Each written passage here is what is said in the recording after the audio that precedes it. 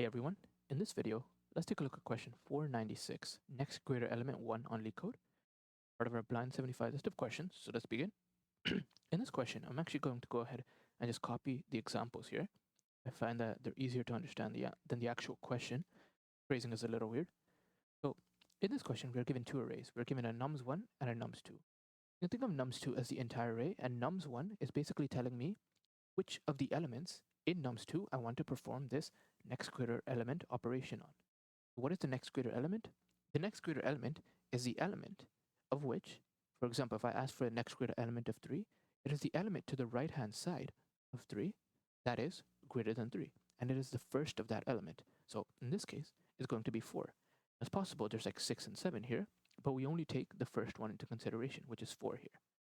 Now, this basically tells us like for which element we want to look this up. So you can see here, for 4, there is actually no next element, so that's why we return a -1.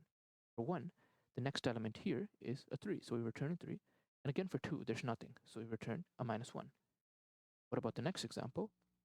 Well, in this example, we have 2 and 4 that we're looking for.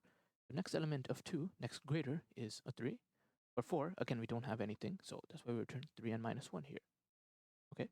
So the question is like phrased a little bit differently, so hopefully the examples illustrated what the question is really about. But if I just gave you like this array here, right? If I just gave you this array here, how might you go about finding the next greater element of all of these? Like, what if I just want to find the next greater element of 1, 3, 4, and 2, and then maybe I can like store that somewhere, and then in from nums1, I can just look that up, right? So here I can see that for 1, the next greater element is 3.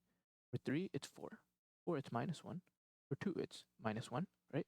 And then once I have this information here, then I can basically just loop through my nums1, and then I figure out, okay, so for 4, I want to add in -1 to the array. For 1, I want to add in 3 to the array. For 2, I want to add in -1 to the array. Maybe let's start with that type of approach. So we have nums2, and basically we'll find the next greater element for all of the items in nums2, and then in the very end, we can just perform like a hash map lookup to map the indices, or map the items here to the appropriate answer here. So let's take a look at how we can do that. Well, if you think about this question, how would you go about like finding the next greater element, right? So let's say I'm on number 1 here. Well, what I would need to do, and maybe this is kind of more obvious if I have like a larger array, maybe like 4, 2, 7, 8, something like this. If I'm on number 1, what I need to do is I need to look on my right-hand side, and for the first element that is greater than number 1, I will store that as my answer. So in this case, it's 3. When I'm here, what I would do is I would look on the right-hand side here, and I will store the answer such that it is the element that is the next greater one from 3, which is 4 in this case. Then I start off at 4, and then I can see the answer is 6. You can see this is actually a slow algorithm because we're doing a O of n squared time lookup here, because we're looping basically n squared times here. But maybe we can start off with that and see where we can arrive at. So let's maybe go ahead and start off with that. So what I can do here is I can go through the items in nums2. So I will do for I in range 0 to length of nums2, and then I'll do for j in range. Start from I, and then it'll go to length of nums2, right? So maybe like we start off I over here, I will start off here, j will start off here, and j will basically look here, look here, look here, look here, and look here. Okay, so what I want to check now is I can check if nums2 at j is greater than nums2 at I, well then I found my element, right? So I can basically just record this. So I will first of all go ahead and break because I don't want to look further in the loop. I only want to return the first one. So we have that information here. So now we store the element, right? So next greater, initially we can say it's -1, assuming like we find none of these. But now we will store it. We will say next greater is equal to nums2 at j. And then once this j loop is completed, then now I know that for 1, the next greater element is 3. So then I can actually create this in a map. I can record this information in a hash map. So then I can just do like, let's just call it D for dictionary, right?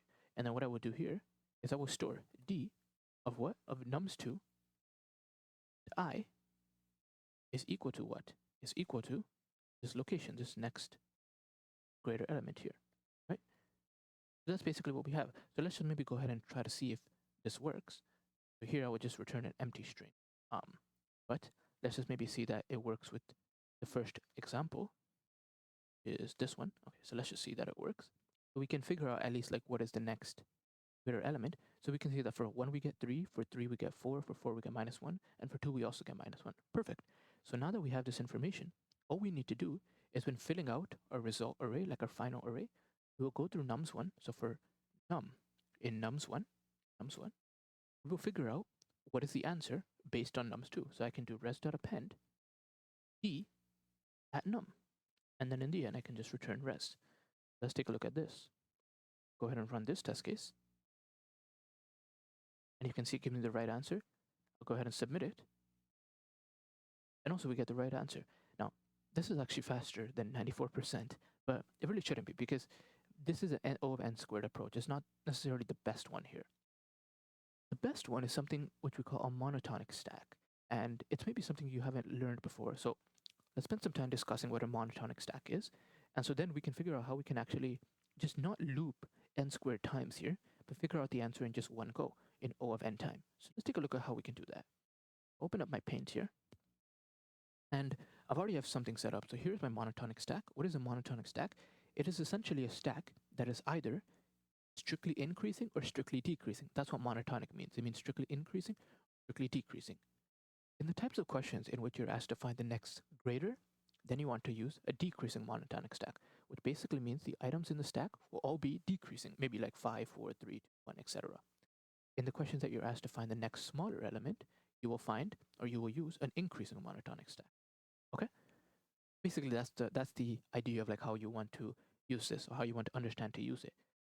Here I have a set of numbers 5, 1, 4, 2, 3, 6, and here I've written down their next greater element. So next greater element of 5 is 6, 1 is 4, 4 is 6, 2 is 3, 3 is 6, and 6 does not have 1, right? And here I've basically just printed out all of the elements here.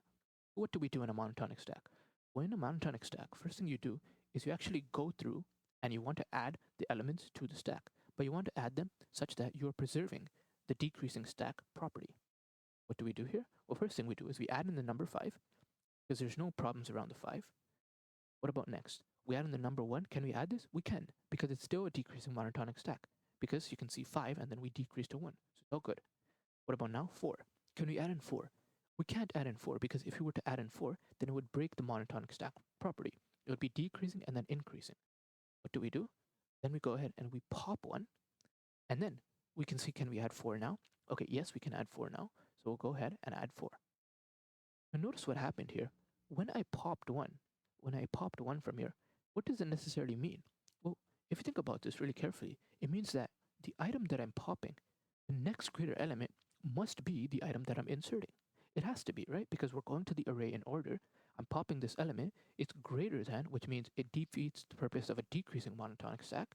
And so the next greater element of 1 has to be 4. And so you can actually see here that we have exactly that. Next greater element of 1 is 4. Okay, so let's continue. So we've added in 5, 1, and 4. Can we add in the 2? We can. There's no problem there. Okay, so we add in the 2. Now what about a 3? Can we add in a 3? We can't, because it's greater than 2. So we pop the 2, and because we're popping the 2, we learned, or we know, that the next greater element of 2 is equal to 3. And so we can see that right over here. Why is that the case? Well, because we know that when we're popping, the next element must be greater. And because we're going in order, then the next greater element must be the item that we're just about to insert, which in this case is 3. So insert the 3. Now what? A 6. Okay, in the case for 6, can we add it in? We can't, because 3 is less than, so it'll break the structure. What do? We pop the 3, and then we understand that 3's next greater element must be 6. But notice how we can also pop this. We can also pop 4, and we can also pop 5. So we pop 4, and 4's next greater element is 6, and we also pop 5. 5 next greater element is also 6. So notice how by using a monotonic stack, we're able to determine what the next greater element is, specifically using a decreasing monotonic stack. Let's take a look at how we can do this in code. So go ahead, and I'll actually just remove this information that we have here. Okay, so now let's take a look. And there's like a general type of structure you want to follow with these types of questions, but let's take a look at how we can do this. First of all, what we can do is we can find our stack, and what we need to do is we need to go through the nums2, right? We need to go through the second array. I will do for I in range 0 to length of nums2, right? Now, what? Well, let's just assume that, we're in the middle somewhere, right? Like, let's assume that we already have items on the stack. Like, maybe we have 5 on the stack. maybe we have one on the stack, right? And now we're looking at number 4 here, okay? We're looking at number 4. So what do I want to check? Well, I want to make sure that I am only strictly decreasing, right? So assume items on stack, maintain decreasing stack. So we want to maintain this decreasing order. So what can I do here? Well, I want to check the case in which I can pop elements off the stack. Here I can check if I can pop. So can I pop? So how can we check if you want to pop? Well, in order for us to even determine if we can pop or not, first of all, the stack has to exist, right? So there has to be items left on the stack. I can do while stack and what? Well, then I need to check that the last element on the stack, if it is potentially less than the element I'm about to add, then I know that I can pop it. Then I can do and nums2, or actually I can just do stack at -1, right? So this will be the last element. If this is less than nums2 at I, if this is less than the number I'm actually adding on, then I know that this is not a valid order. So I have to pop this. What I would do is I'll go ahead and pop like item, and I can do stack.pop. So this will effectively like remove the 1 here when we're about to add in the 4. So remove the 1. And now, so what do I know? So I know that this item that I just removed, its next greater element must be this. So then I can basically store in my array. So I can do t at item, its next greater element must be nums2 at I, right? So this is the case in which I want to pop. Let's say I don't want to pop and I just want to add to the stack. Well, I can very easily do that. I'll just do stack.append, and I will append the number. I'll do nums2 at I. And that's basically all there is to it. In the very end, we might still have items left on the stack. And so what we can actually do, because in this case, if you take a look at it, in this case, after we process all of this, 6 was still left on the stack, right? So we can just take a look at that. And what we can do is while still stack, right? While stack, then p at stack.pop is equal to -1, right? Because there are no more elements to the right-hand side of it. So we can do that. Okay. That's basically all we need here. And then this remains as it always does.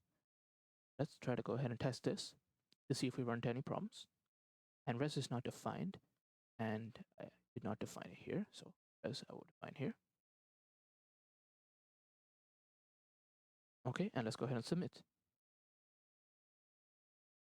Okay, perfect. It works. So this is an O of n time algorithm, and this we're using a monotonic decreasing stack. In the next set of problems, we might use an increasing one, etc. But the concept is the same. Okay, so it's O of n time algorithm and also O of n time space because we have to add to the stack. All right, I hope this helps.